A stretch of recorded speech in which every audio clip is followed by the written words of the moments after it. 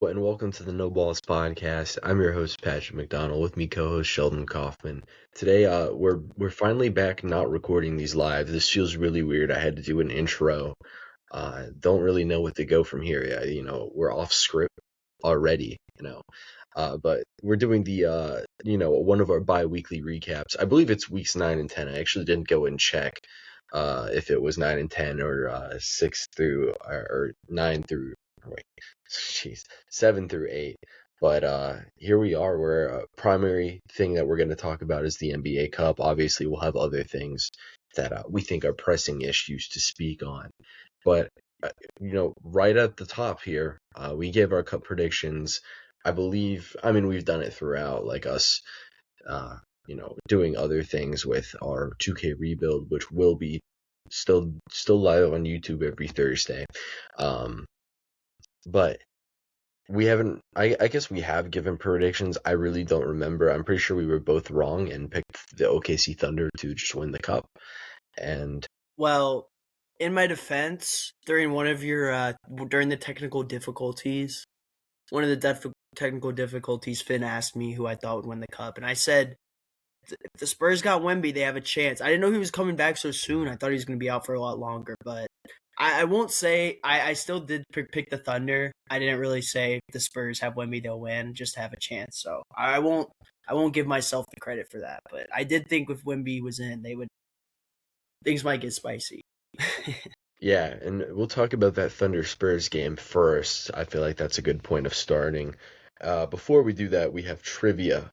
We'll see. It's been a Yes. minute since I've done trivia where I can edit out a terrible answer. So let's see.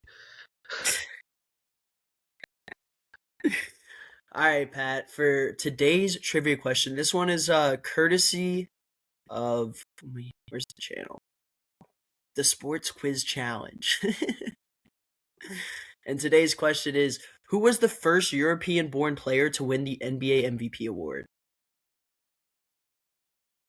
European born, so not obviously European. That's not including like Africa. That's not including. I don't think there would be any Mexican born players either. That at least have been in an MVP level. Is this? I'm mainly just stalling, but is this including Australia? Does that count? I don't think it does. No, it does not count. It's definitely just Australian. So European. Nikola Jokic has done it. He's European. Dirk Nowitzki is European. He has won an MVP. So Dirk is probably the first. Is that going to be my answer, though, is the real question. Steve Nash is Canadian. Doesn't count. Dirk was 2007 with his MVP, so I feel like there could have been a year where somebody snuck an MVP. I know Tim Duncan won an MVP in the 2000s. Before 2007, I know Shaq won, I think, in 2000. Kevin Garnett got one. So there's that. I kind of feel like the answer here is just Dirk Nowitzki. That is absolutely correct, Pat. Dirk Nowitzki's MVP in the 2006-2007 season, where he dropped 24 points, 8.9 rebounds, and 3.4 assists as he shot 41% from the 3-point line. Pretty good for back then, or really good for back then. That's really good by today's standards. And 50% from the field. So fadeaway Dirk, Pat. I was worried that you were going to overthink your way into a wrong answer, but I'm glad you stuck with it. Yeah, Dirk was just it felt right, and I was thinking maybe there was a guy in the 90s who could have snuck one in, but like that was dominated by Michael Jordan. The Demetrius MVP. Sabonis Yeah, Arvydas or Sabonis was Vlade Divac. famously traded for Kobe Bryant, so clearly was an MVP level player. We'll go from talking about one European big man to another one. This one, Victor Wembanyama. He was on a minutes restriction on Saturday night. and he played 21 minutes against the Oklahoma City Thunder. Came off the bench. That's going to be a great trivia question in about 20 years, asking which center started over Wemby in the Cup semifinal, and we're going to know that it's Luke Cornett.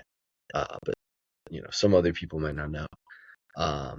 Wemby was so awesome in that time. I believe in the time that he played, they were like a plus 22, I think, and then in like overall they only won the game by 3 or 4 points, 2 points at the end of the game. Jeez. Uh, just an awesome game, quite frankly. It was really good. I'll let you get the floor here. I'm assuming you watched that game live because that was a great game. So Yeah, Pat. I mean, as an NBA fan, does it make you or is there anything that makes you happier than seeing the Thunder players so frustrated after a basketball game? Considering the run that they've been on, Alex Caruso absolutely pissed off at the end of the game, um, and the Spurs were just incredible. And you mentioned it, Wembanyama was so good. You saw the one-on-ones with Chet versus Wemby, and Wemby absolutely smothered him. Um, Came in talking confident, and he really showed it. 22 and 9, 6 for 11, like you said, all in 20 minutes, 22 plus minus. Really good stuff. Vassell really stepped up. Stephon Castle showed why he was the rookie of the year as well. Um, I mean, to beat this Thunder team, their role players were clicking on all cylinders. I just thought it was a really good performance from the Spurs. Wemby being able to just shut down Chet, I think, and force Shea to beat them. Like, I mean, it obviously worked. So, I mean, all credit to the Spurs. I don't think anybody would think that anyone had a chance against the Thunder. And I think now that the Spurs prove that they can do it and they have those pieces, like, this is a Spurs team that without Wembanyama was still on a really good run. So they have good role players now around Wemby. How about De'Aaron Fox, too? 22 points. He's shooting a lot better from three this year, Pat. It's like we had a lot of questions about him coming into this season with the 3-point shot. He shot 3 for 7 last night, and he's shooting 39% from the 3-point line. So I think that has just opened up their offense completely. And how about the Spurs going in and getting Luke Cornett, who has like been such a valuable big man for him and a huge asset. Like, this is a guy that you can this is a guy who's going to be coming off the bench, giving you such good minutes, such good rebounding and defense. And I think that is such a good ad for them to now have like an actual presence behind Wembanyama. And shit, he started in the game too and still did really well. So, I mean, you hinted at, Wemby talking strong going into the game. I think the Wemby Chet rivalry is like awesome. Like they do generally seem like they dislike each other, and we don't necessarily see that very often in the NBA. Like most opponents are like pretty cordial to each other. Some of them are best buds off the court, and then just competitors on the court. And it seems like these two guys they're not friends whatsoever, and they're not trying to hide it.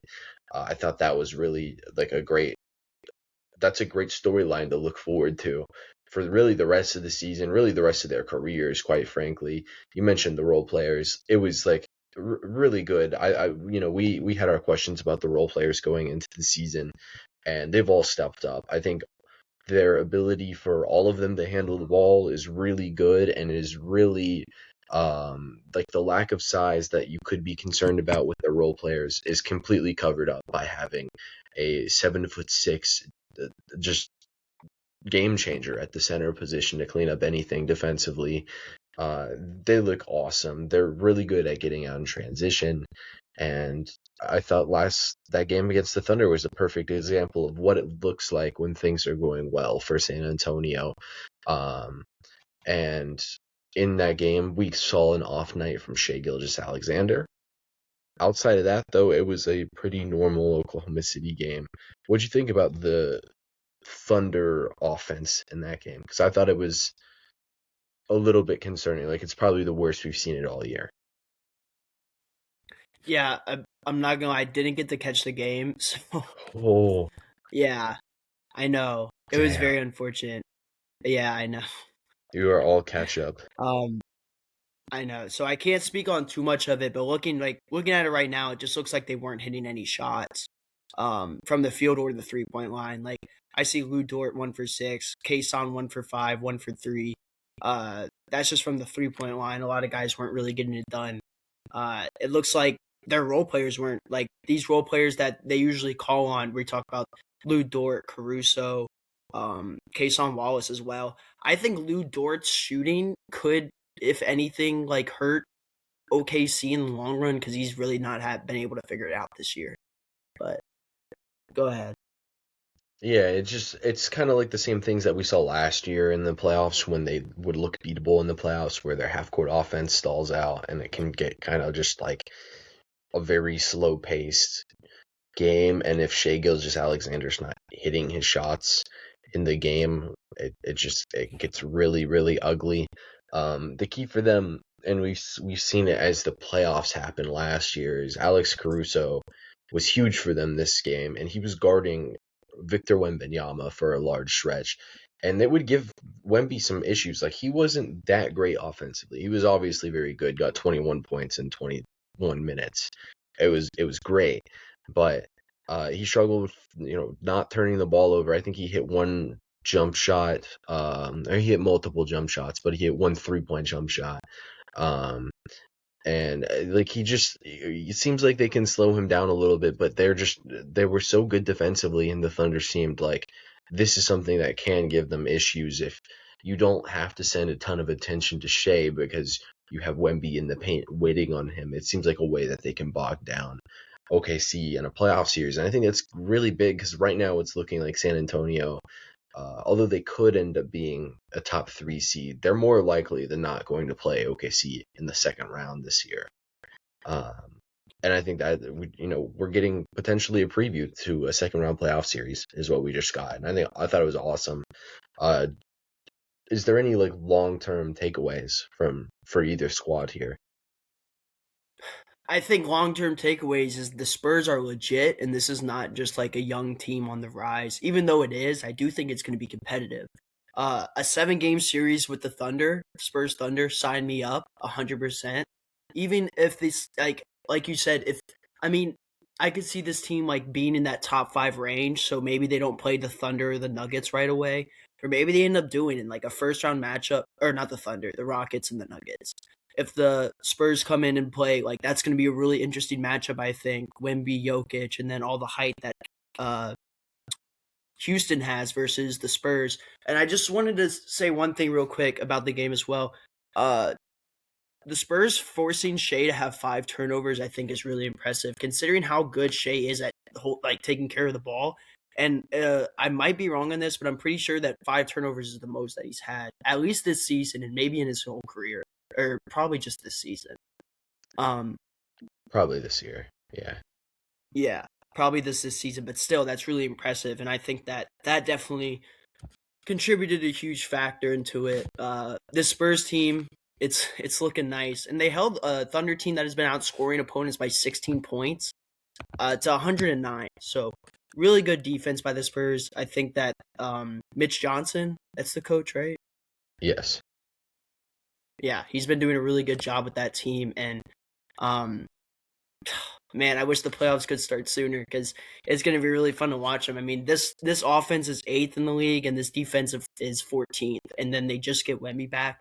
I expect that to go up, and you could see that 10-10, that 10-10 standings with the ratings that we love to see. Yeah, I mean they're really good, and like we were very vocal about our concerns, and I think a lot of the guys, at least Devin Vassell, Jeremy Sohan, and then the fit among all of their guards has really just, withered away a little bit. And since, this game has happened, they have taken themselves out of any potential Giannis trade offers, and I think that's the correct move on their part. Harrison Barnes has shot the lights out this season. And we're gonna give our respect to San Antonio. Keldon Johnson too. He's been playing some good ball. Yeah, he's also been playing really well as well. And then I'll say this, and this maybe is a little spoiler for later. You go throughout their team. Basketball Reference has the team-wide on-off swings like available. You can go and look through it. It is not like one player is individually powering the offense. The highest on-off swing on their offense is a +2. Um, and then, the lowest ones are a little bit lower, but this team is very not one player reliant offensively. They're very good getting out into transition. Or the highest is actually a +5. I missed De'Aaron Fox. I confused his pace with his offensive rating, but he's very good on that aspect, I guess. Um, yeah, Pat, do you agree with like what I said about Fox? Like he's been able to shoot the ball really good this year, and it's been helping their offense out a lot. Because I know we definitely had concerns about that, and I'm just wondering like what you've kind of seen with him being able to shoot it pretty good from the three, and if that's done anything. yeah. It has been at least a career high percentage so far for his career. He had kind of taken a shooting leap in his last year and his last full season in Sacramento. And I think it helps them have a guy who teams can't go under ball screens on.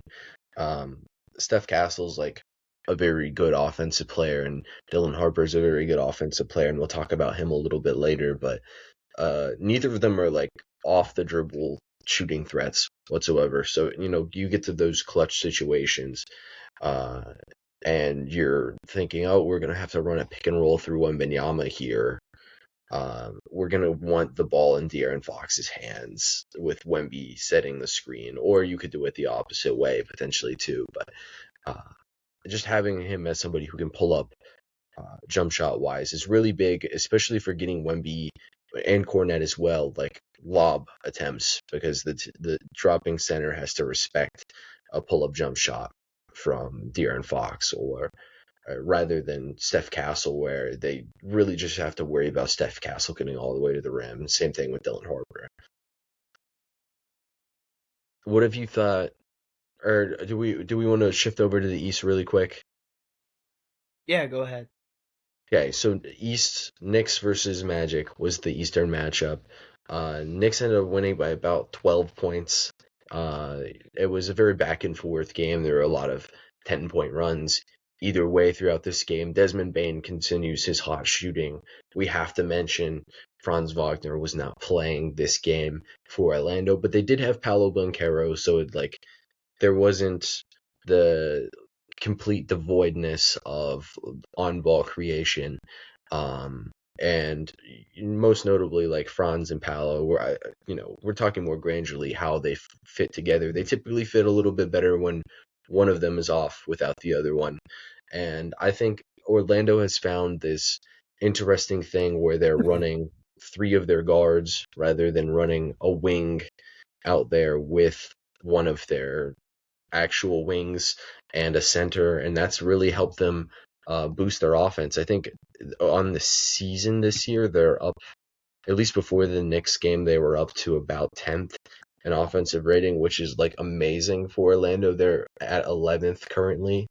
Um, it's like insane for Orlando. They haven't had a top 20 offense in, do you want to guess how many years? Yeah, at least top 20, like 7, Ooh, I think it's longer than that. Uh, 10. 10 might be right. Let's see. We're going. All right. We're already 10 years in. Yes. No. It's 21st. 27th. 29th. 27th. What is that? 15th. In 2011, 2012. I believe Dwight Howard was still in the Wow. squad. Wait, who? Dwight Howard? Yeah, I believe that was the last Dwight season. It was the last Van Gundy season Yeah. for sure. Yeah, Dwight Howard played 54 games for the team that year. So that's quite sick. So Pat, you're saying like with the whole three guard, it's like three guards, then one of Paolo or Franz, and then a center. Yeah, that's kind of what they've really rolled into, and it's mainly been with Anthony Black taking a huge step forward for them this season. Third year player, and we were not concerned about his fit, but we weren't sure if they trade for Desmond Bane. That was probably the guy you would expect him to go into the lineup. Like he would have filled into that spot in the lineup at some point long term.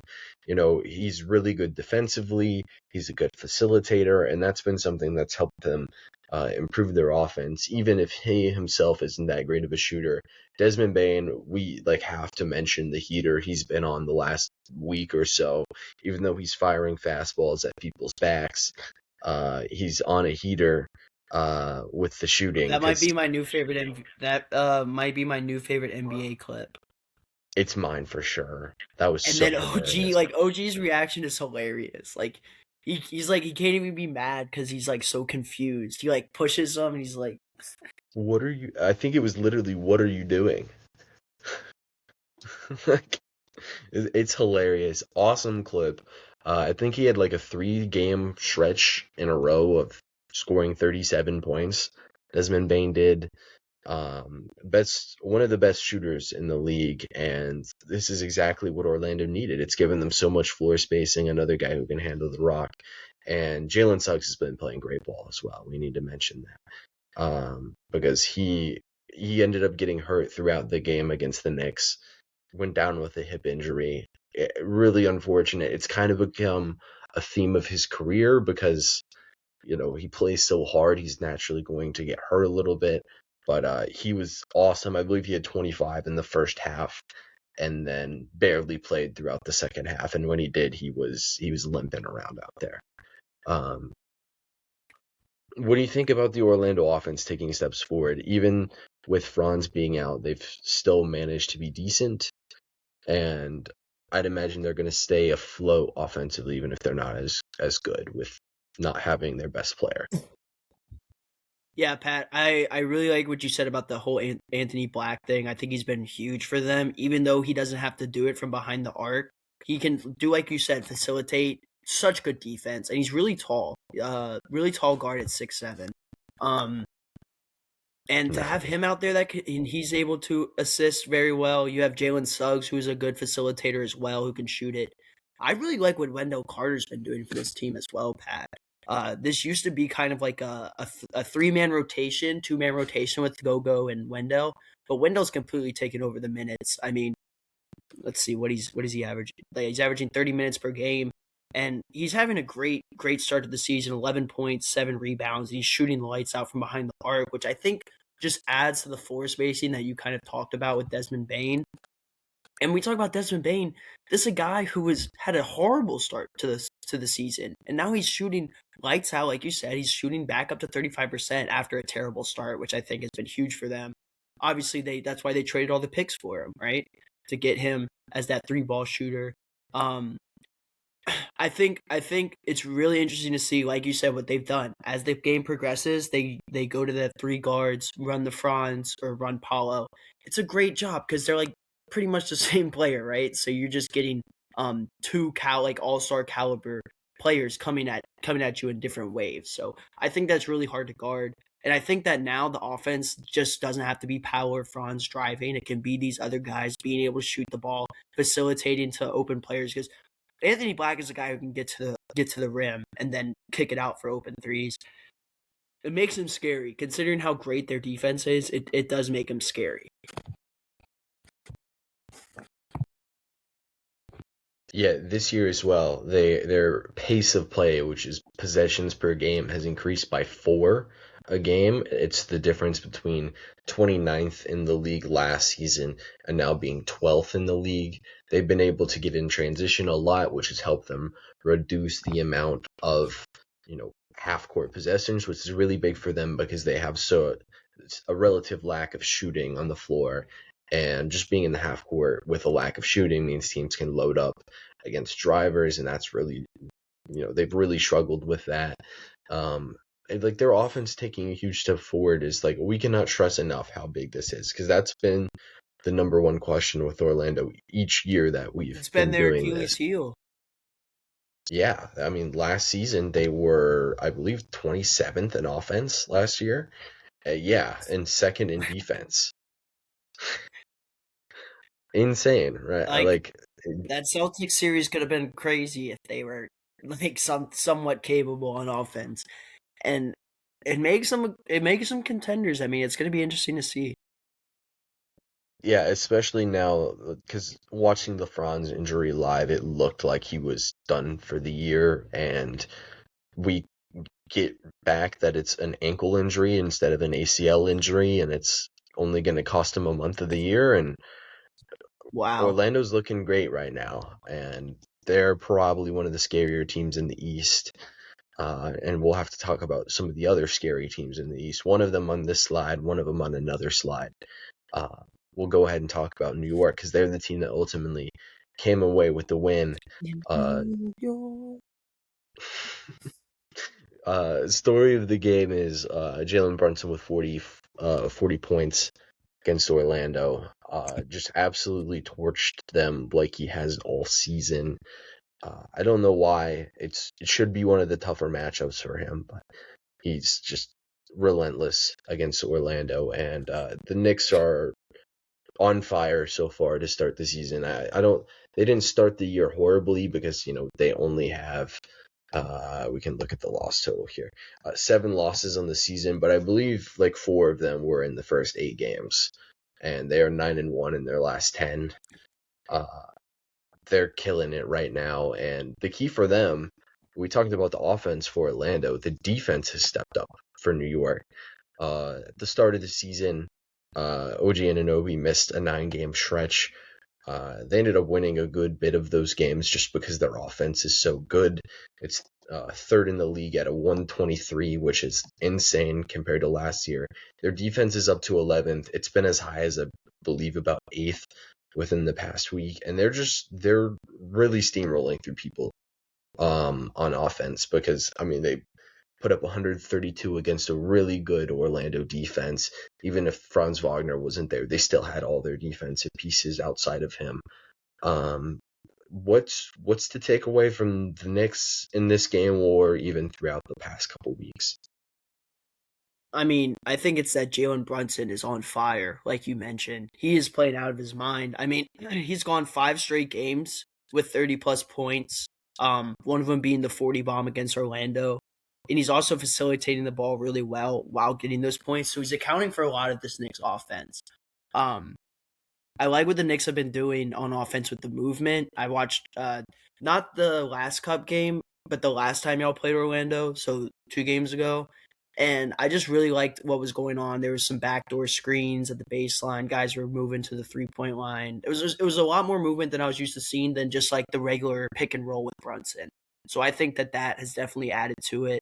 How about Brunson for dropping a great defender in Anthony Black and then hitting the 3 in his face?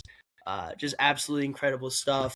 Um, OG Anunoby has been playing really good basketball, like not only scoring the ball, but he's obviously not only playing the great defense he usually does, but he's been scoring the ball with 16 points per game this year.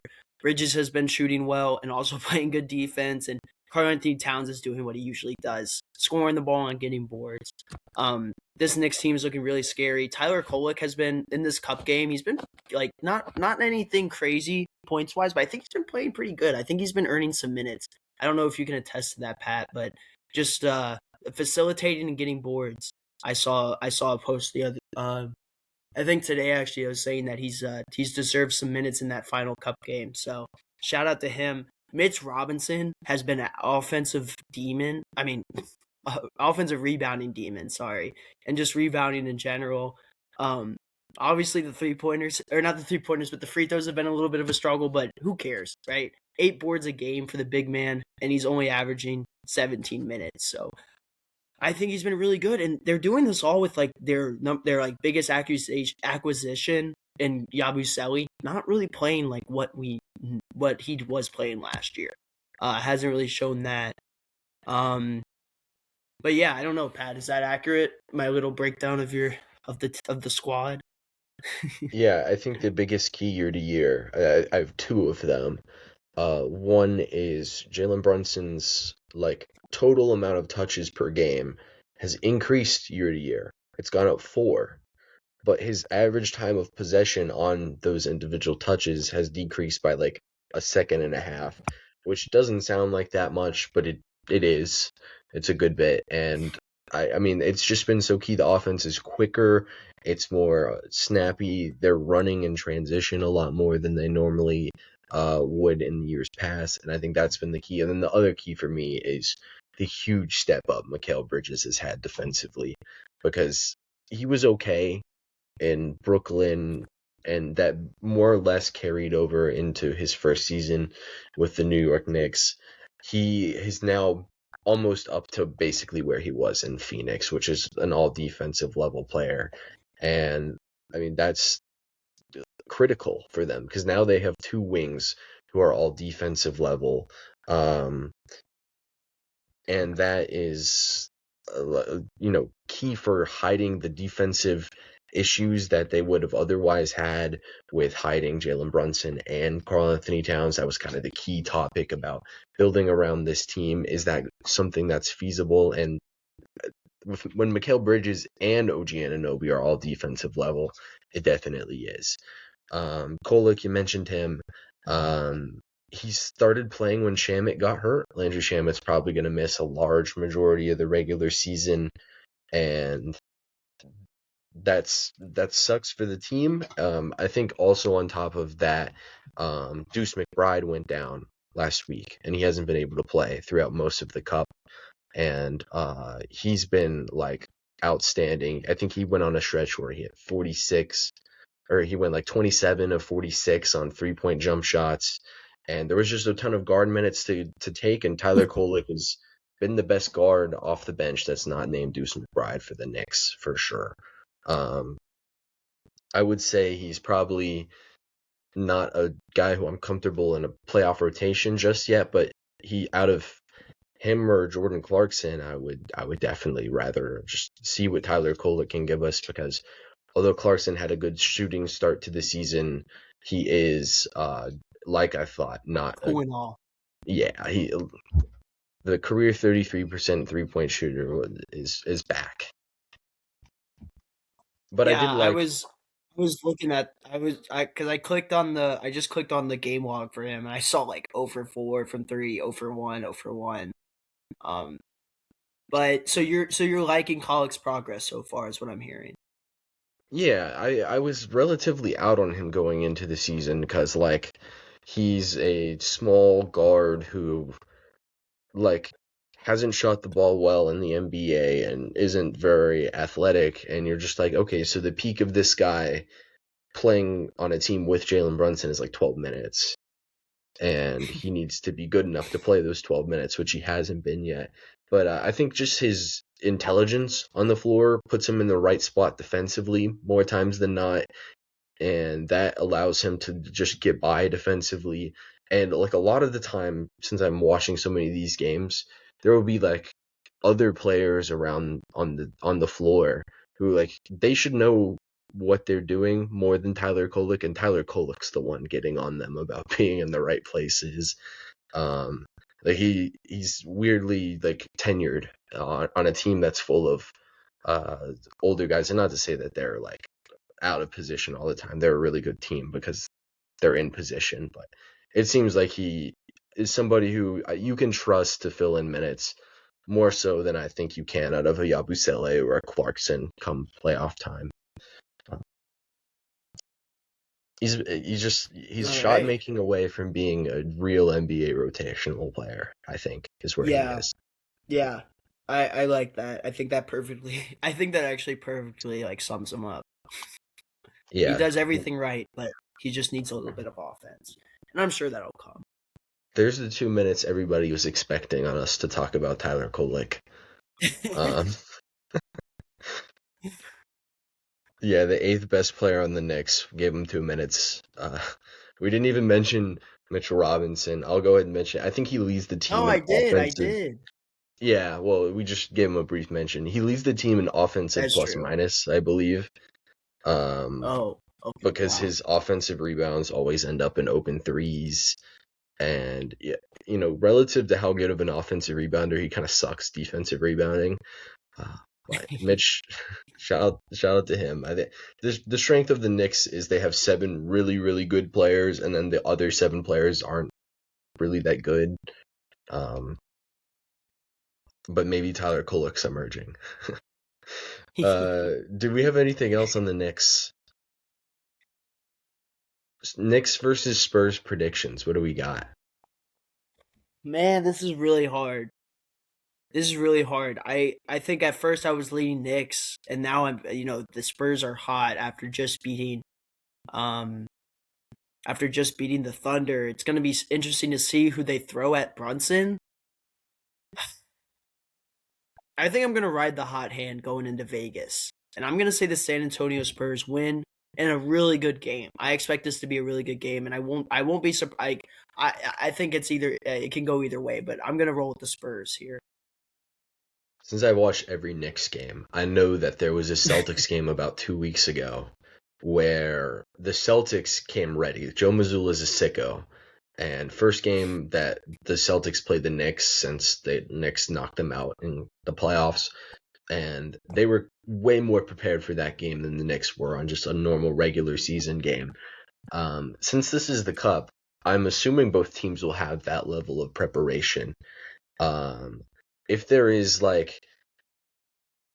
if Wemby's on a no minutes restriction, this is going to be really tough for the Knicks. I think it really takes away a lot of what makes them great offensively. Now, if there is any way to counter Wembanyama being so awesome, it is that Karl Anthony Towns is such a great big man shooter, and he's going to pull Wemby away from the floor for a large majority of the game. But teams have constantly countered with Josh Hart being guarded by the center in the past. So I think it really comes down to and Josh Hart, we didn't even mention him a second. His shot has really been good this season. He's shooting about 38%. Oh, So it comes down to how willing are the Spurs to let Josh Hart beat them. And I think I'm going to go with the Spurs as well. I think it's going to more or less be similar to how they beat the Thunder, where Wemby's going to shut down the offensive game, which is predicated on the driving force of a guard. In this case, it's a worse guard than Shai Gilgeous-Alexander, who's also smaller and has slightly more passing limitations, even though they're both really good passers. The Knicks are probably a better shooting team outside of the Thunder, or compared to the Thunder, but I'm gonna go with the Spurs. I think it'll be a good game, though. I think the X factor is, can Karl Anthony Towns take advantage of Keldon Johnson guarding him? Because typically the Knicks counter has been to that is just give Cat the ball in the post, at least in the past year. And this year they've put Josh Hart more as a screener and tried to take of the big man, having to keep up with Brunson coming off of a screen, and Josh Hart as a roller, and Cat's just a great three-point shooter, so he kind of turns into a guard. I don't know if that's going to work against Wembanyama, because he's going to have so much ability to cover ground. So I think this really will come down to Cat making shots, and I think that's we saw it against Detroit last year. That can kind of be a weakness of them, and he struggled with that so far to start the year. And although he's gotten hot this month, that I think it could be a turning point for him if he makes shots this year. So you ready to move to our second slide? All right. yeah. Ooh. The standings are here. We can, of course, talk about any single one of these teams. There's one team that I do want to talk about individually, and yeah, I'm interested if you have anything. I mean, I'll say quickly the Raptors are still maintaining that 5 seed. They've been playing a little not up to par lately. Lost 4 in a row. But I do believe have they been missing anybody? Yeah, RJ's missed a good bit of time, and so has Jakob Poeltl, and I think Quickly's dropped a game or two. And quickly.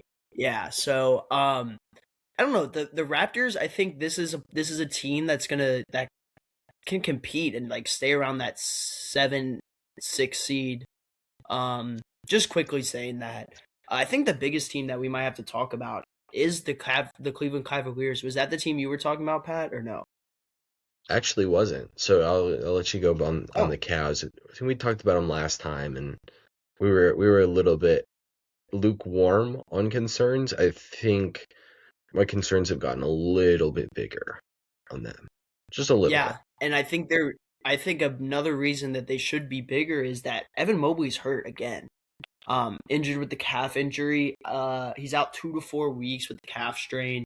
Um, Something that they just did not need. Evan Mobley's been playing great ball this season. 19 points, 9 boards, shooting well from the 3 point line and the field. Um, there's been a lot of talk about trade rumors for Darius Garland. Um, I think that's a big thing that I kind of wanted to ask you about. Like, do you think that these are real? There's a lot of interest. Would the Cavs even think about doing it this early if they stay back? I think, yeah, I don't know. This Cavs team has just really been struggling outside of like or Evan Mobley and Donovan Mitchell.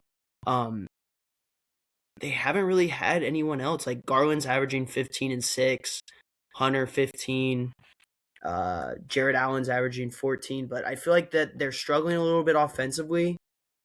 Oh, well, they're doing good. Like they're 10th and 12th. I don't really know what's going on in Cleveland right now, but I think that Evan Mobley taking a hit is going to hurt them a lot defensively. It's going to force Jared Allen to play a lot more minutes, and that's going to hurt them a little bit offensively. I mean, they're sitting at 15 and 12, eighth in the East.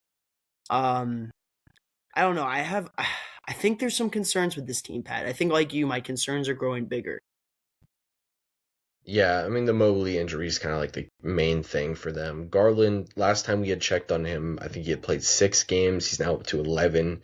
The shooting still hasn't gone there. He kind of does this thing every once in a while where he just has a year where he's just completely erased by injuries throughout the season. As you would imagine, they've been absolutely eviscerated when Garland's been on the floor this year because he's a small guard who hasn't shot well. Those typically don't, that's typically not very good at all. I believe they're getting outscored by about, they're actually about a net neutral when he's on the floor, and then they're a little bit better when he's off the floor. Um, so, I mean, you don't love to see that. Or actually, that was their pace of play. Jeez, I did that already today. Did that already. Yeah, so he's like a minus 17 on the year. Their defense is terrible when he's on the floor. Otherwise, it's been pretty solid. You mentioned Mobley going down. When Mobley's, he hasn't been, we talked about it last time when we talked about Cleveland, that he hasn't been the best defensive player in the year contender type of guy that he was last year, even though he's still very good. And that's been pretty big for them. And they're just clearly a little bit worse than they were last year. I think um, if you look at like their net rating, they're expected to be 16 and 11 right now, which would be 11th in the NBA based on their net rating. I'm still a little bit concerned. I think the main reason why is that Mobley is going to miss a good bit of time, and we've seen how important he is. And I mean, another part of this too is Donovan Mitchell's been so awesome, and they're still worse than they were a year ago. So I don't know. I really, really, how concerned are we for their long-term outlook? Yeah, that's tough. I mean, I think that they're going to struggle with Mobley, which that means they're going to struggle for like 3 weeks, right? So that's going to put you in a little bit of hole in the East. I mean, Pat, this is a team that I think we both predicted them to win it, or at least I know I did. I don't know if I think this Cavs team is worse than last year's Cavs team. I guess if that puts any perspective on it. Um, Yeah, I think there's just a lot of struggles. They're gonna Garland, like you said, the shooting hasn't really gotten there, but he's also been decimated by injuries. This Cavs team's getting decimated by injuries, but they're not doing some of the things they did last year. Like even though they were having injuries, they were still the 1 seed and absolutely killing it on the floor. This is not the case. They're losing to some tough teams. Um, yeah, I don't know. I'm a little concerned about the future. I would say on a scale of 1 to 10, I'm at a 6 right now on concern. So I'm above 50%. I think for me, this season might just be a little bit of a lost season for them. And we've seen this before with the Cavs. Like 2 years ago in 2024, even though they were the 5 seed, I believe, that year, like it was a little bit of a lost season for them with guys missing so much time with injury. And now we're kind of seeing it again. We're seeing the play of the overall team be a little bit worse than we're used to Just lost to seeing. the Hornets. Yeah, and like, coming into last year, we didn't necessarily like. I think I predicted them to be closer to an 8 seed than the number 1 seed. I think you were a little bit higher than them than me, but still not predicting them to be a home court advantage team. And I think even if this season is a little bit lost, I'm not super concerned about them long term. There is a little bit of questions building in your head of, okay, well, last year, like the Jaylen Brown, Jason Tatum thing has always been talked about, where, can these guys fit together? And then they had the one championship season where everything clicked, and that all went away, even though a lot of the concerns still might be there. It worked for 1 year. That doesn't mean it's always going to work. There's a little bit of questions with that, with the double big pairing, with the double guard pairing for me. And I'll pull up And the that's always been a question with Cleveland. yeah, like they had the one really good regular season, and we haven't had as much questions about the fit of their team really since then. And like, if they don't win, does that go away? No. I think it might just come back. Now I will put put them into like a historical, and it's not even historical perspective, but they remind me a lot of the Suns in 2022 or 2023. Yeah, in 2022 the Suns won 60 something games, losing the second round to Luka that season. And like it's this loud crashing, Luka's laughing at the team while destroying them in game 7, just disastrous fall off. And that's a team that, like, it's Chris Paul, Devin Booker. It's not fully starred out necessarily. And DeAndre the Ayton. yeah, DeAndre Ayton's there. It's like, obviously recognizable names, but it's not superstar filled, right? Yeah, no, 100%. And that team is very similar to last year's Cleveland team, in my opinion, because they won 64 games. They were a really good regular season team, and they get slimed out by Tyrese Halliburton in the second round, in a very loud manner, where he's doing the nuts dance after hitting a Oh, the game winner. nuts. That the choke was Yeah. against the Knicks. Yeah, sorry. Yeah, yeah. But doing all that, and then in 2022-23, the Suns were in a very similar position that the Cavs were now, where Devin Booker missed a ton of time, like Mobley is this season. The team's middling around 500, and they strike a huge deal for Kevin Durant, which signaled the beginning of the end for Phoenix. I don't know if I want to be super reactionary on Cleveland. I think clearly this season it's a little bit of a lost cause, but I think it would be a mistake to overreact to something that can work, just needs to be tweaked up a little bit, is what I would say here. What do you think about that comparison? Cam Ward just has to be tweaked up. Is that what you said? It can work, but it has to be tweaked up. Oh, I was like, what the hell? Yeah. Yeah, they have to draft Cam Ward I in the draft. no, I thought you were comparing the Cavs to Cam Ward being in a like. I thought you said if Cam Ward gets tweaked up, that's what the Cavs need. Like they could be good, they just need to get tweaked up, which I guess is basically what you're saying. But I agree, and I think the biggest piece, like I agree with you. Don't get super reactionary.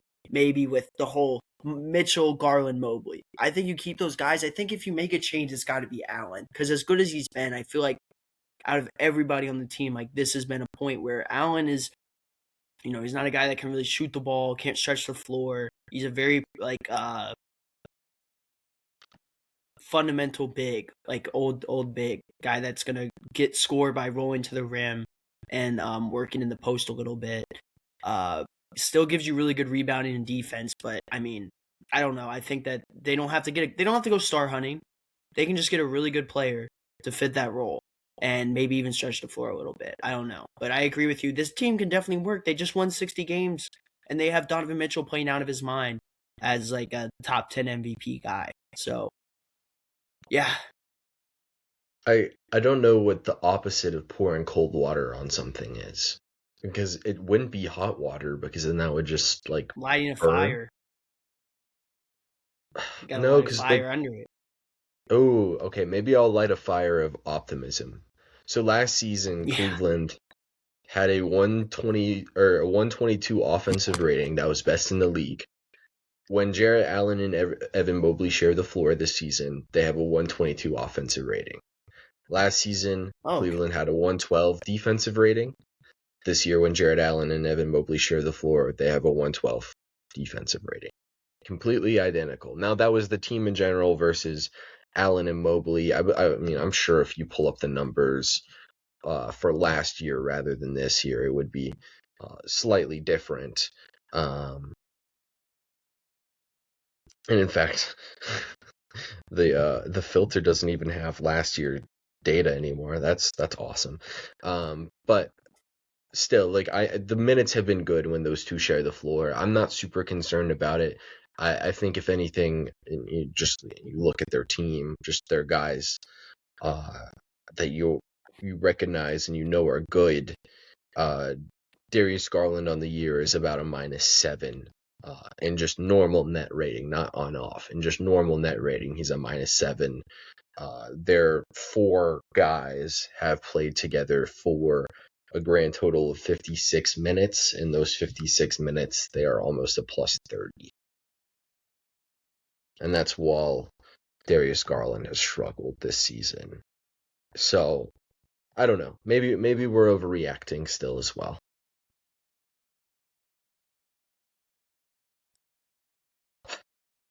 I don't know. This is a lot Yeah. longer than I expected to talk about Cleveland, but we have gotten an extra Yeah. week since we talked about them last. Mm-hmm. To build concerns about Garland still shooting 38% from the field. Should I talk about my team that I did want to talk about in the East? Go ahead. Yeah. Who is it? Can I I'll say guess? this. Yeah, before I do it, I'll say this. I was a little bit more concerned about Cleveland before we talked about them just now. I think talking about them has eased my concerns just a little bit. I'm glad you'll If, be able to sleep at night now, Pat. yeah, it is going to be rough getting through the next couple weeks though without Evan Mobley, I would assume. So Yeah. that can be a Yeah. cause for concern. What team do you think I want to talk about? I want to say Celtics. You got it. You got it. Wow. Okay. Okay. They've been really awesome. Their offense in the month of December, I think, has been the best in the league. Their offense, their starting lineup with Walsh as the shooting guard, has been the best lineup in the league that's played over, I believe, 80 minutes. They have like a +22 net rating. It's absolutely killer right now. Last time we talked about them, I dug into the numbers of, if you take Luka Garza off the floor, they're actually like awesome. And when Luka Garza's out there, they stink. And then like it's literally just that. And they've stopped playing Luka Garza, and they look extremely good. And I think we now have to like realistically talk about them. Obviously, they're the 3 seed right now, and things can clearly change as they're only a couple games out of being the 8 seed. About a game and a half of being the 9 seed even. But still, I think we do have to realistically talk about this team as Jason Tatum can come back this season. And a big reason behind that is just like their offense is currently 4th in the NBA. Their defense is middle of the pack, but that's a lot of, okay, Luka Garza stinks. And you know, I'll pull up the numbers of like when they don't have Kata on the floor or Luka Garza. I'm interested in what those numbers look like. What do you have to say on Boston? I think you mentioned the name that I wanted to talk about for sure, and that's Jared Walsh. I mean, coming in, like, he's been absolutely elevating not only the offense, but defensively. He is locked down. He's so good defensively. He's shooting the lights out too, Pat. 48% from three. Um, Against Milwaukee, what's today? The 15th? So the last game they played against Milwaukee, he shot 3 for 4. Um, 2 games before that, 4 for 5. And he's getting it done from the field too. Like his efficiency is like off the charts, 60%, and he's not like not shooting the ball. Like 8 for 10, 4 for 8, 6 for 7, 8 for 8, 4 for 4. Like he's playing so good, and being able to implement him with his height and length at 6'6" and his defense. I mean, I think it's huge for this team that already has like really good shooters. Now you get another good shooter, but this guy's a wing, and this is a guy that can play really good defense. And when Tatum comes back, I mean, if they decide to bring Walsh off the bench, I mean, coming off the bench, that's going to be absolutely insane. But like you said, this lineup switch to, I believe it's Jaylen Brown, Peyton Pritchard, Derek White, Walsh, and Quita. It's been looking really good. Yeah, it's absolutely killing people. And I pulled up the numbers for when they're playing no center, because obviously if they're no longer playing Garza, they're going to have a lot of minutes when there's no center on the floor. And those minutes are a little bit concerning defensively. Like they're also bad. So like when Garza was out there defensively, they were really bad. And now they basically just need a backup center. And I think they're in a great spot. And this is where I think Jason Tatum comes in. Because long term, you know, we talked about it in the preview episode that I kind of thought Jason Tatum could potentially come back and almost play a good bit of center for them. That's looking more and more realistic, assuming they don't do something at the deadline, because they have a ton of wings. They've been getting, like, Hugo Gonzalez is like a great fit for defending a lot of individual players as a one-on-one defender. He's looked really good for Boston. Josh Minot plays a ton of minutes for them. Sam Hauser's another wing for them, and we know what he brings to the table. They kind of just need a big, and we did, you know, obviously we do our 2K sim, and everybody's made the Anthony Simons for Zubac trade before, but even on a lesser scale, they just need another big who can go out there and just do some stuff defensively.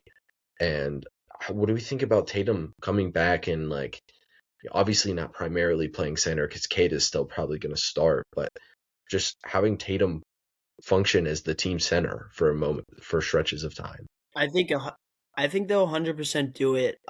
Especially like how much of a basketball mind Joe Mazzulla is. They'll run small ball with Tatum at the center, and he'll find a way to make the defense work. And Tatum is very capable of guarding anyone on the court as well. And he's looking really good offensively. I don't know if you've been seeing some of the clips of him in workouts and stuff, but he's dribbling well. He's jumping, like dunking off 2 feet. Um, I think his oh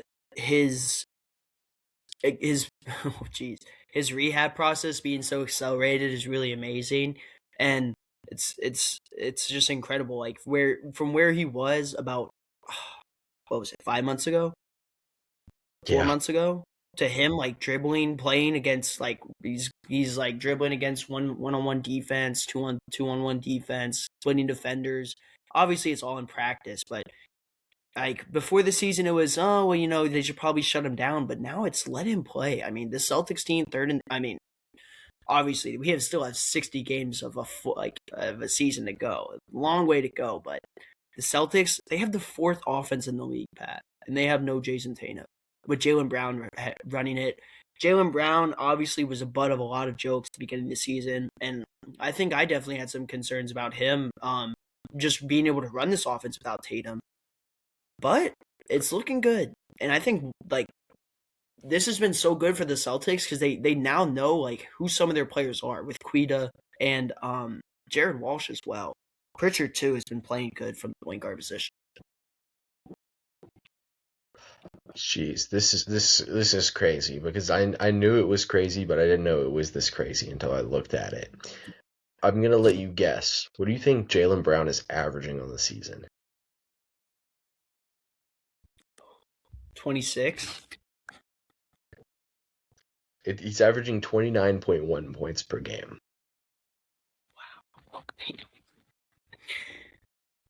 And like, this was the one year that I think I went into the year not low on Jaylen Brown, like relative to everybody else.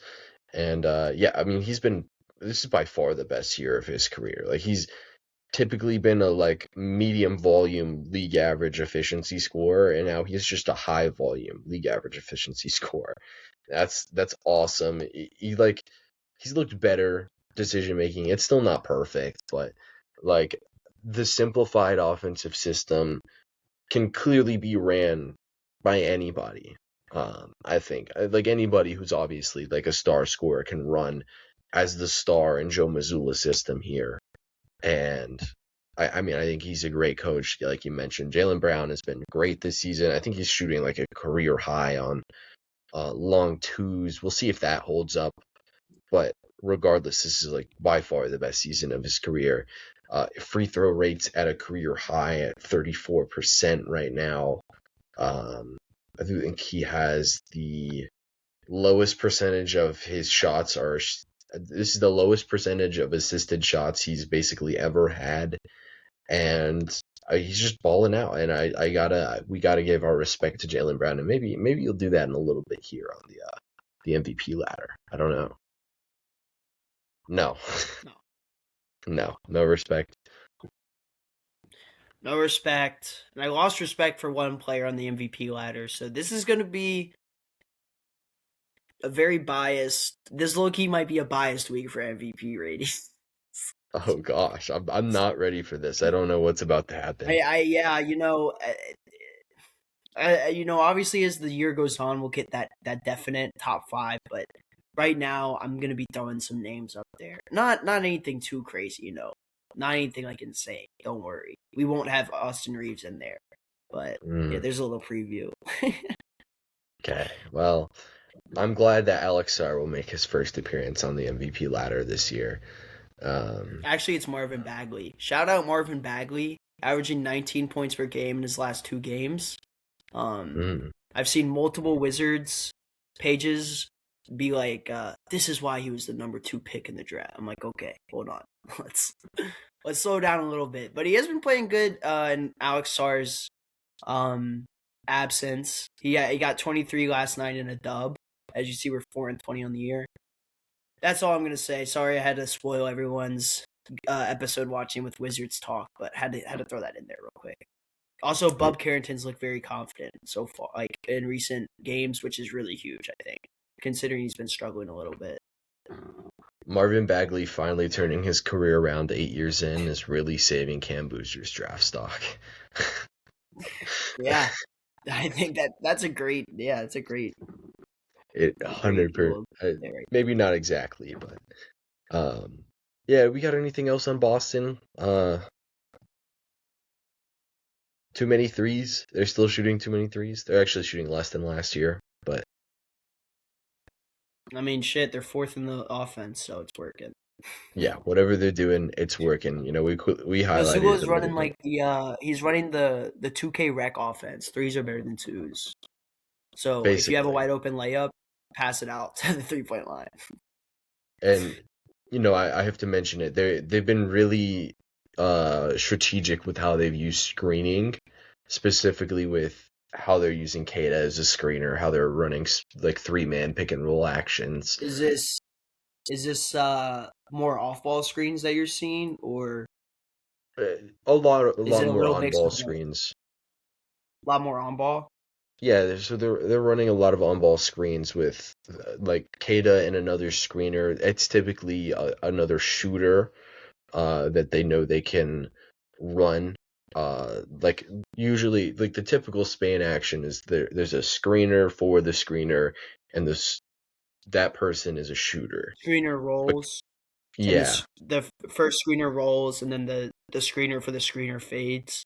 yeah, and it typically is a shooter because it's going to be a higher difficulty catch and shoot shot, and usually your really good shooters don't see as much of a decline on those.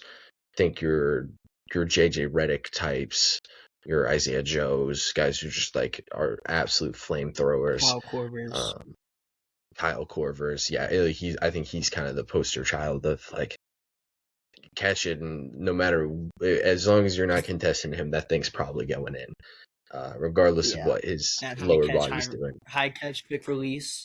Yeah. Um, yeah, they've been really good in like getting opportunities for Keita as a roller to the rim as well. And I think they've also missed that when Garza and Boucher's completely done for them. They're not playing him anymore, but even when he was out there, they were missing that. Whoa! I guarantee you, West, Pat. There's a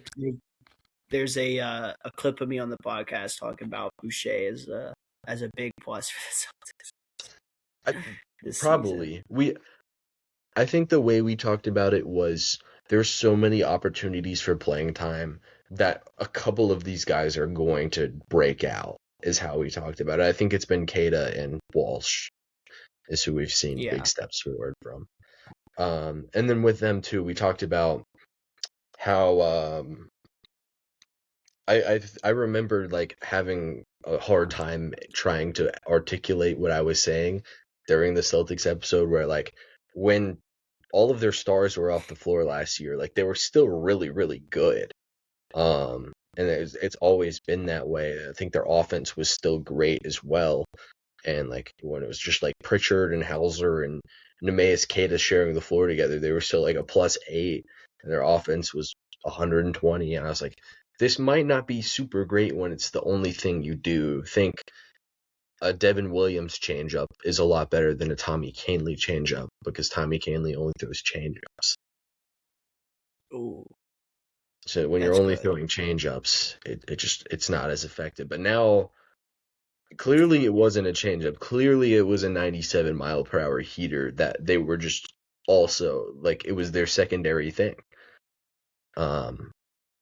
So shout out to all of the Celtics role players from past years for stepping up. Uh, that's enough Celtics. We talked about them for like 15 minutes, and they're probably the Knicks' most notable rival. So that was a little painful. But Western Conference, who do we want to shed light on here? Man, let's just appreciate these records right here. Lot more cleaner than the East, I think. Like, top five, like the 4 through 6 range was all at 12 losses. These teams are hooping.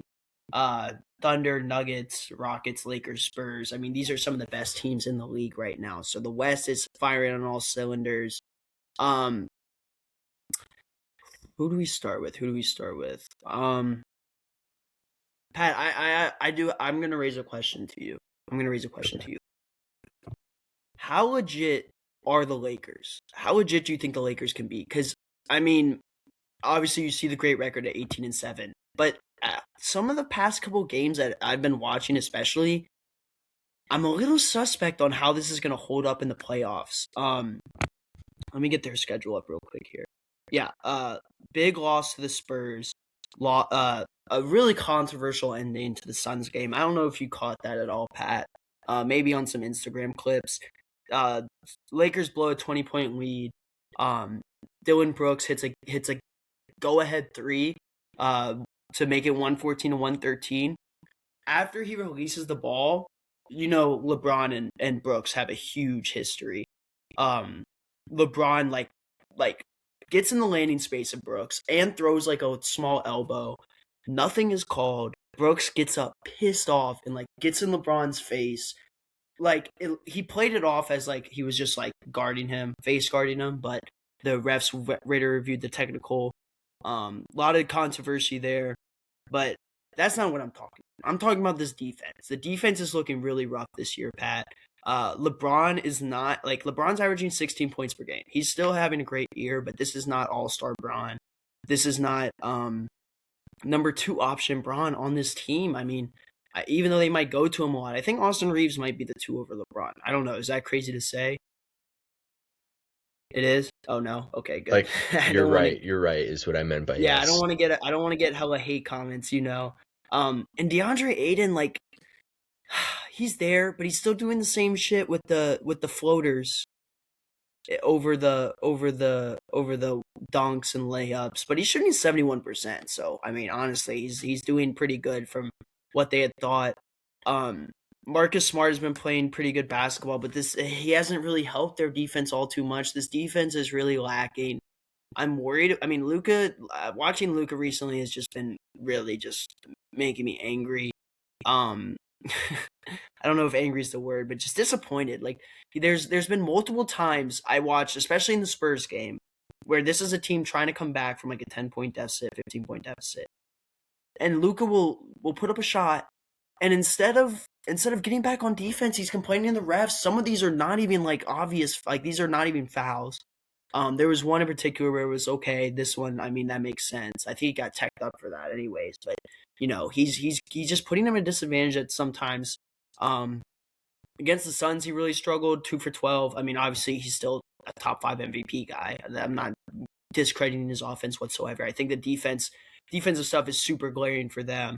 When they already have like a 40-year-old LeBron out there and a DeAndre Ayton who is not the most well known rim protector.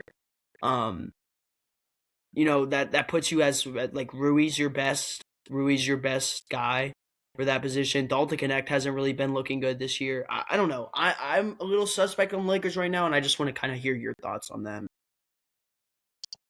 I've had up and down thoughts about the Luka experience. I think his defense has actually been pretty good this year. I think if there's anything he's really giving away, it's like you said, just complaining and not getting back on defense. But I feel like that's like 3 plays a game versus before Luka would be like still doing that and also being a tragic defender. And I think he's back to being like a respectable defender suddenly. I think that's been pretty good, and that wouldn't be an issue necessarily. Like if the Lakers had a good defense otherwise, I don't really think we'd be talking about Luka on the defensive side of the ball.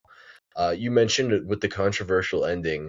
Everybody, I think it's a little bit corny, but Luka Doncic first in the league in free throws attempts a game. Number 4 is Austin Reeves. And they're in a clear top 4 with Shai Gilgeous-Alexander and Deni Avdija in the top 4 in attempts a game. I don't think that the Lakers are necessarily like officiated not unfairly, but favorably. But they are a lot slower paced team as well, and I think it allows them to win more close games. They're 21st in pace. They're ending up in a lot of situations where they're obviously shooting a ton of free throws. I think it's by design to play slower, and it keeps them in enough games late down the stretch that stops them from imploding. And what I'm basically getting at is giving rationale for why they are so good relative to their net rating.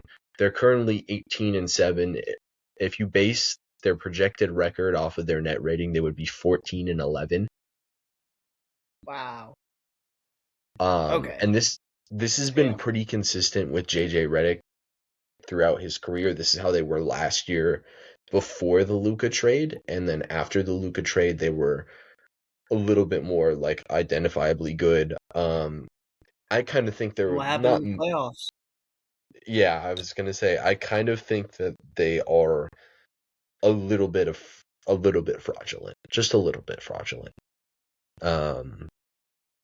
You mentioned the defense; they're 21st in defense. They're not good on that side of the ball. And I think they do get slightly better in like a playoff setting, but they are. We saw it against the Spurs, where like they just have an off shooting night and they can't stop people from running in transition, and it's just it can get terrible extremely quickly with this Lakers team. I'll say this: I see them a lot further away from Houston and Denver, uh, for sure. I don't know. I probably am liking San Antonio better as a team Uh, haven't watched enough Timberwolves, but I think like my trust in the Lakers is about where it is with the Timberwolves right now, where they're clearly a good team, but I think it's a little gimmicky. Yeah, the Timberwolves have been weird this season. I agree with you. You know, I feel like they're down a lot early in a lot of games, and then they come back like with a crazy second half to just put teams away. But they had a really good win against the Warriors 2 days ago. Um, so yeah, that's It's just still the my same quick Warrior. Timberwolves thing for me, where I think there's a lot of lineup combinations that you have to maneuver around with their starting lineup being super weird, and it still is with them not having a point guard. They're top 10 in offense, they're top 10 in defense. I think a lot of the heavy lifting is being done by individual players on that side, and like the team roster fit is obviously super weird with them still. I believe last time we talked about Jaden McDaniels, his step forward this year has been huge as a shooter. Julius Randle and Edwards are doing a ton of the offensive heavy lifting. Rudy Gobert is back to being a defensive player of the year caliber player, and honestly having one of his best seasons of his career. I Let's think go. right now with them, they're a team that I also like kind of really the same I felt about them last year, where I think they're a real game controller away from me believing in them. And like not Point game guard controller. away, maybe. Yeah, like a game manager style point guard would be huge for them, who doesn't take away from them defensively. Um, I think if Mike Conley was 5 years younger, I would really, really love Minnesota. Yeah, Um, yeah. Bones Highland. I don't know. Let me check. Or I'll check right now. But I think like Rob Dillingham. I've just some things I've been seeing online. Like Rob Dillingham's been struggling a little bit, and Bones yeah, Highland. Like the last game, he had like 16 points. Um. Oh yeah, 35 minutes and 18 points, 15 minutes and 14. So given opportunities, he's been scoring 8 minutes and 12. Off good shooting. Bones Highland, I never really thought he could be a serviceable point guard. He's more of like a flashy guy with the crossovers and stuff. But this year he's been playing a little bit more decent, and they've been playing him like against Sacramento. He had 35 minutes, and he started at point guard. So, the Bones Highland experiment is getting interesting, and you just drafted a guy in the first round in Rob Dillingham last season, and he, you know, he not looks really terrible. living up to it. Yeah, Yeah, I'm not gonna sugarcoat. He's looked terrible so far. Um, Bones, I mean, Bones has played well, and I can't deny it. He also just is shooting. I'm not saying he's the point guard that you're talking about, right? I was just kind of Yeah, bringing that up, that this is a guy that he's forming into something, at least as that backup point guard position, possibly. yeah, he's shooting like by far a career high on twos this season. He's shooting 75% on twos. The highest number he had had in his career before that was 57% or 47%. So that's about a 30% jump in 2-point percentage for him. And that to me, like, of course he can get better, but that kind of seems like an unreasonable jump for him. Although I think with Bones, the thing you could see with him is somebody who's a good shooter and ball handler off the bench. I don't necessarily think he's somebody who solves their facilitating issues necessarily, but he has played well, and Yeah, we should mention that. Shout out to Bones. Finally, 6 years in, I think, putting it together a little bit. Um, yeah, do we there was one individual player that I wanted to talk about in the Western Conference. But he has gotten hurt within the past couple of days. I guess I'll do it anyway, and that was Zach Edey, because he had missed the start of the oh, season, but he was starting to play really well with Ja Morant out. Um, and I think he has since gotten hurt again. Like I said, he had 32 against Sacramento. It's Sacramento. 21 against New Orleans, and I'm starting to realize now that maybe a lot of these really good games were against bad teams. I didn't necessarily realize that in real time, but we were seeing some more stuff from Edey, him as a scorer. Maybe it's not something that like you can chalk up to be Zach Edey, but it's a development to watch going forward. And then don't look now, but the Mavericks are up to the 10 seed, and their offense is back. So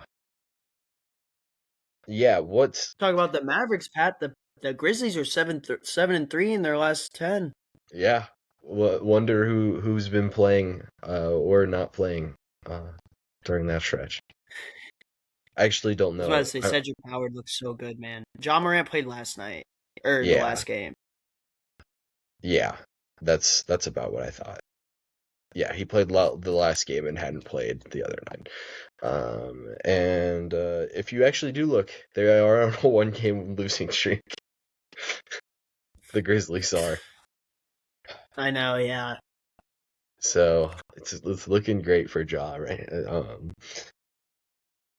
But yeah, outside of the top 5 teams, I guess you can include Minnesota in that. What teams do you really feel confident about in the West? Outside of the top 5 teams, And the answer can be none of them as well. I mean Minnesota, I guess I'm most confident in. The Mavericks will certainly be interesting. Once they get Kyrie back, I think that will be like really interesting to see how that works out. What situation they'll be in when he comes back. The Warriors, I'm not confident in them like at all. I think because their offense has been looking really bad outside of Wardell, Stephen Curry. Their defenses look good, but their offense, I mean, they got a lot to figure out. I think Pods has been struggling a lot too, if I'm not mistaken. The Timberwolves, I think that we have to. I know you said they're fraudulent. I think I might be a little higher on you than them. I think they have a pretty good squad defensively, and they can do things offensively. Let me say this. I don't think they're fraudulent. I think they Oh, okay. they have limitations in a playoff series. I think Yeah. what they're doing Okay. is pretty Yeah. legit. Yeah. Okay. Yeah. 100%. I think the Timberwolves, I guess, is my only chance. I mean, the Suns, like they low key look nice. I don't think I have confidence in them as like a contender or anything like that. I do have confidence in them as like a tough first round exit for some top seeds.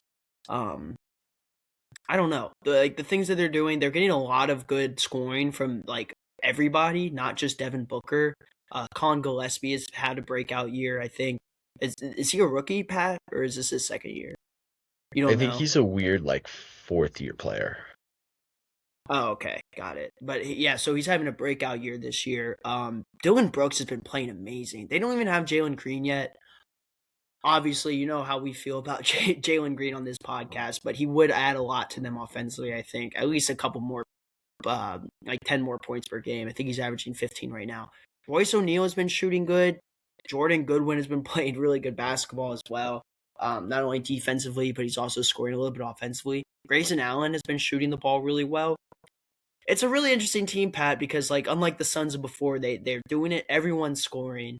They're playing a lot better defense. And yeah, I just think it's a team that can be a tough out. But honestly, like outside of that top 5, I think just the Timberwolves. If I had to pick. I think the West, outside of a couple teams surprising me, for good or for bad, has played out a lot how I expected, where the depth of the West is just really overrated in my opinion.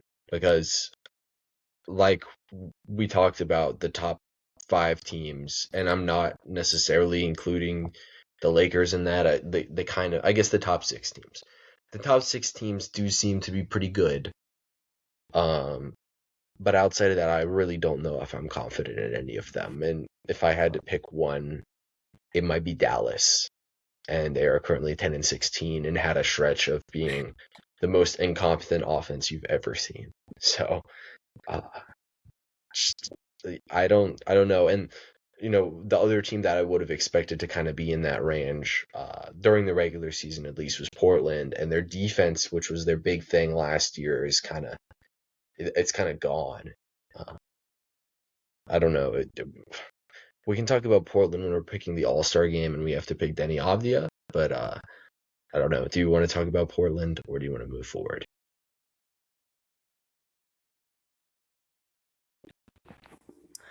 Their defense is too atrocious for me to want to talk about them.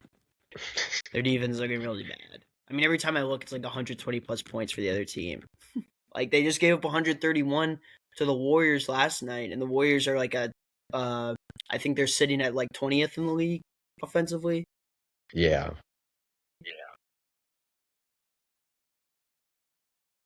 Yeah, not great. So Portland, their most notable thing this season is they've beaten OKC. And I'm thinking Portland could potentially be and I don't know this off the top of my head, but they could be somebody who has had some rough luck defensively with like who their matchups are. But even that's not the case, I don't think. Um, yeah, I mean, if you look at like adjusted compared to their opponent, they're 18th in defensive rating, which I believe is slightly better.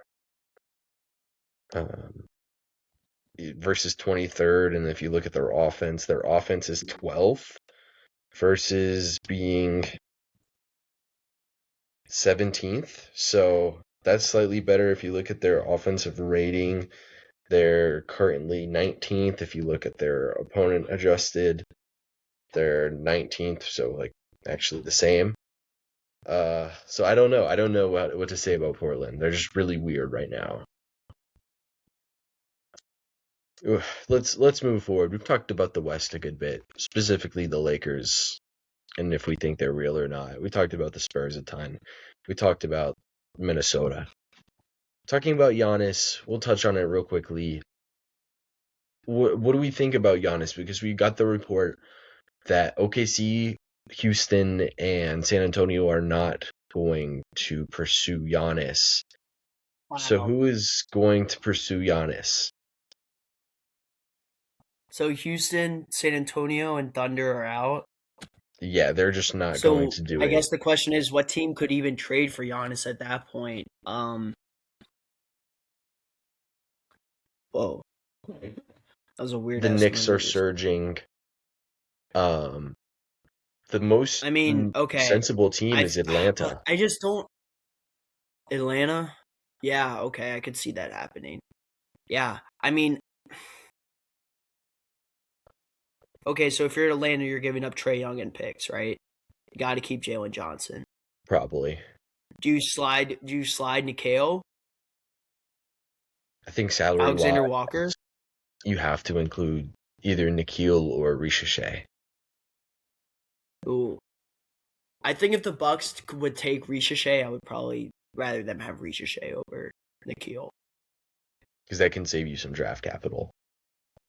Save you some draft capital and also save you a little bit of point guard time, even though Nikhil's a shooting guard, because you're getting rid of Trey Young. But this team haven't had Trey Young the whole season, damn near. I think the Knicks are so good right now. There's no point to blow it up. Obviously, Giannis would be a great addition for Jalen Brunson, but you already have Cat. Who I'm not saying Cat's better than Giannis, but I think that Cat is what he's able to play on this team. Has him at 18-7, second in the East, right? So let's not let's. I think the Knicks should not even field calls for Giannis. I just don't think it's worth it. I don't know if your sentiment is there as well. I guess I guess the Hawks would be the only team to call. And sitting at ninth, I mean, they might do it. Giannis, I think you saw. I'm sure you saw the report. He requested a trade, or he asked to get traded this last offseason. So, a lot of turmoil in Milwaukee. But I mean, Kuzma and Bobby Portis want him to stay. Kuzma dropped 31, and Portis dropped 27 last night or a couple nights ago for the Yeah. cup, which I just think is hilarious. I believe they also did lose by about 40 points to the Nets last night. So, Oh yeah, Igor Demon had 18. So like, what are you gonna do? yeah. That's enough, Giannis. I'll quickly just mention Portland does have multiple Milwaukee picks. Something to keep in mind. MVP ladder. We do it once a month. Oh, it's time. It is time, Pat. Here we go. All right. What am I? I'm starting at 5 again. Yes. All right. We're gonna get a little. Let's get dicey. We got Brunson, Or not Brunson. Oh, Oh, no. not Brunson. I did want Brunson at the 5. I didn't jump ship. Okay. Brunson at 5. Luka Doncic at 4. Wembenyama at 3. No? Yeah, Wemby at 3. I'm going Wemby over Luka. Even though, the men's restrictions right now, I'm going Wemby over Luka. At 2, we got Mr. Shai Gilgeous-Alexander. And at 1, of course, we have my always forever MVP, Nikola Jokic. I think on the outside looking in, I have Cade Cunningham and then Giannis Antetokounmpo. So yeah, that's my MVP ranking. Like I said, Luka's been pissing me off, so he gets bumped down in the MVP ladder. So hopefully, seeing this episode will light some fire under him. No, I'm obviously kidding. But I think Brunson's play has impressed me a lot, and I'm gonna move him into that 5 spot for now. Let's see if he can continue it. He just looks so good, Pat. And like I said, not only is he scoring the ball, he's assisting on a lot of these points for the Knicks. So yeah, and I love Victor. We talked about how good he was playing in the game against. I mean, he just beat the Thunder. I got to throw him in the MVP conversation. Obviously, like he averaged 20. He only dropped 22, but he did so much defensively as well. So yeah, there we go. That's the MVP ladder for you. I think it's pretty good. Shout out to Donovan Mitchell if the Cleveland Cavs weren't a little imploding, only a little bit, like we mentioned earlier in the episode. Then he would probably also be in this consideration. 100%.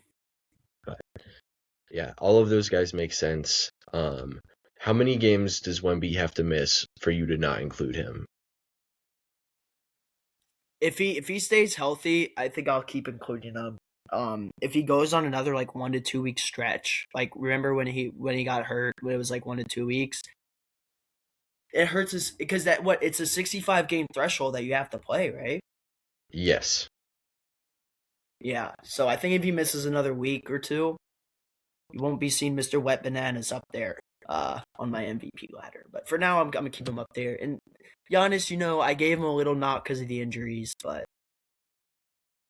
yeah, I'm doing the math. I think he's missed about 10 games so far, so he's got 7 to work with.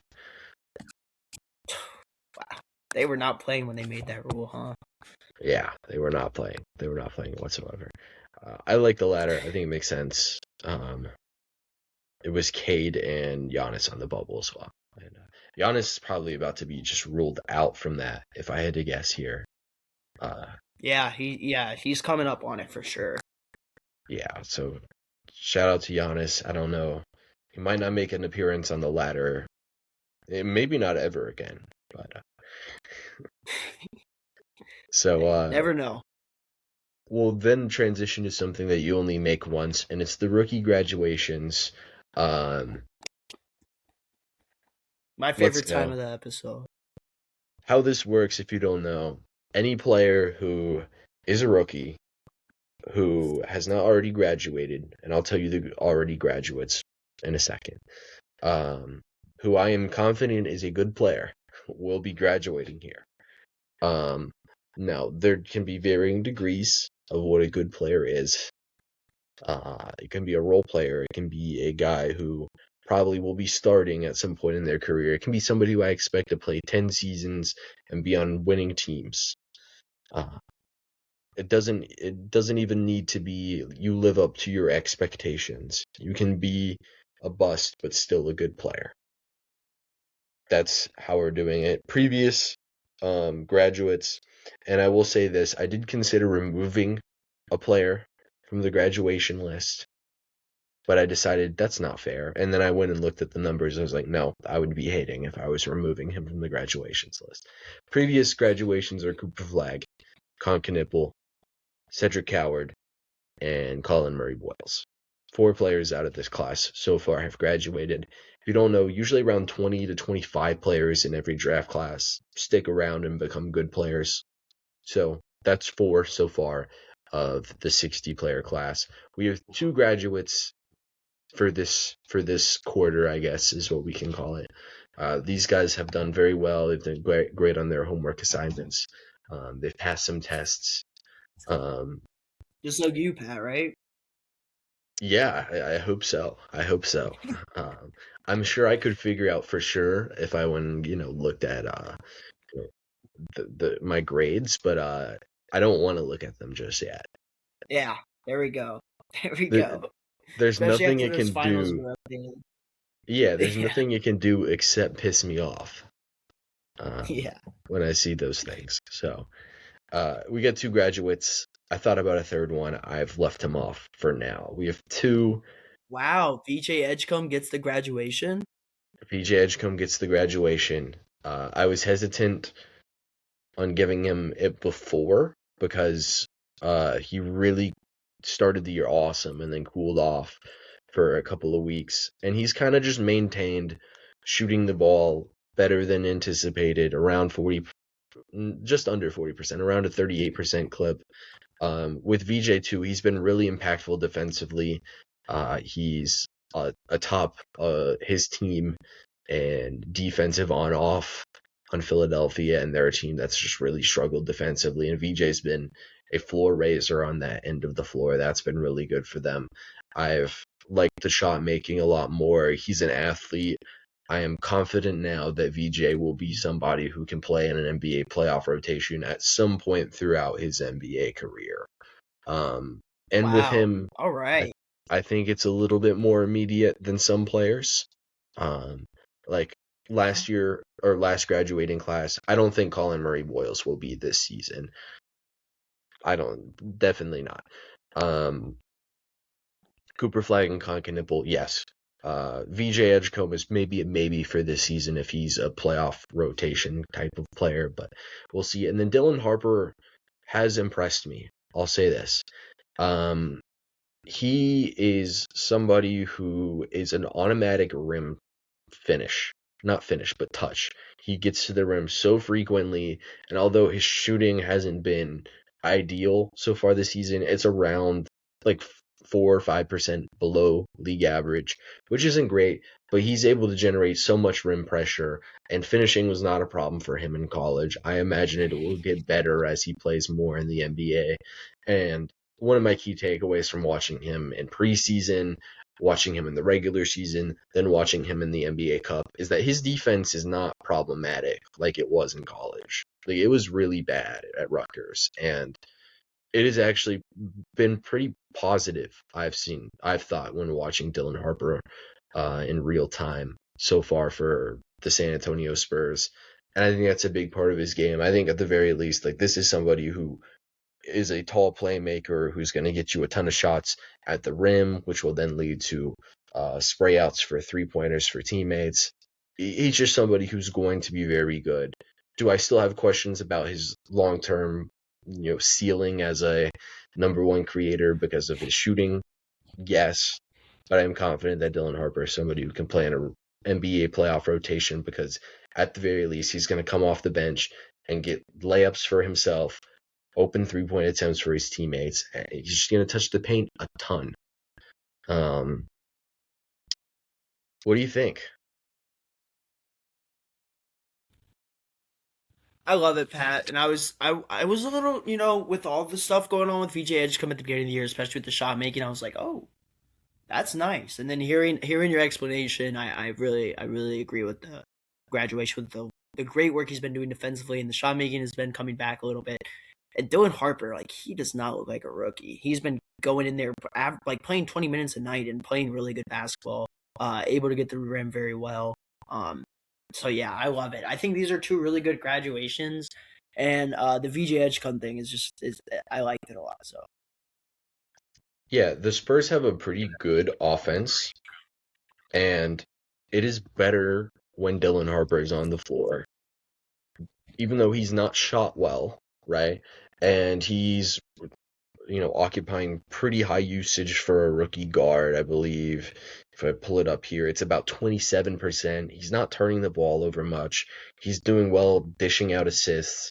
Like, I've been pretty impressed with Dylan Harper. If the shot making comes along, that's where you see the all-star come out with him. I think like he's been pretty great, honestly. And like I didn't expect him to be a great player right away. I thought it was going to take a year or so for him. And it's just like the defense and the intelligence and the passing ability has really shined for him. I did consider Derek Queen for this, graduating class. I'm going to give it a little bit on him. He has looked really good We'll over check the back in past. 2 weeks, right, Pat? What? We'll check back in 2 weeks on Derek Queen. Same thing with Edgecombe, right? Yeah, if I feel inclined to graduate Derek Queen in 2 weeks, usually we do it once a month. But if I feel inclined to graduate him in two Okay. weeks, I will graduate him Well, in two yeah, weeks. we'll definitely, yeah. It's With early. him, You gotta give it time. my one concern about him early on, he has been atrocious defensively so far, and that was to be expected. And he has been impactful for the Pelicans offense, but outside of just, I think he makes more shots than their centers. I can't really point to anything when he's on the floor. Their assist rate is actually lower, which you wouldn't expect out of somebody who's driving a ton of offense. And I'm waiting a little bit on Derek Queen so far. That's the key takeaway for me. Yeah. Anything else you want to add here? No, I'm good. Whew. Thursday we will have our 2K My League rebuild. That'll be awesome. We'll do it live. Yes, we're drafting. Yes. You have the After I got sixth screwed. pick. Yeah. That's so rough. That's so rough. I hope you've done your scouting. Um, I hope you're Done a ready. little bit. I have Done a a little name bit. in mind, so hopefully he's there. Ooh, okay. The name is crazy. What you mean? Never mind. You gotta have some plan, Pat. That was not what I meant to say. I don't know what I meant to say. A name is impressive. There we go. A name is impressive. There we go. Because you don't have the save file to look through to see if 2K has their ratings up to date. So that's what I meant. That is true. Impressive. Because I gotta go off something, so I'll go off real life. Yeah. Hopefully the And maybe 2K file I'll is throw good. some 2K logic onto it. Like Yeah. I'm sure Cameron Boozer is about to be like gross. Like I'm like not even like offensively, just like steps in the league is like insane for in 2K. Yeah. Well, other than that, we'll see you guys next time. I'm not sure what we're doing next week. Maybe we'll talk about it later, I'm sure. But yeah, we'll wrap this one up and we'll see you guys on Thursday.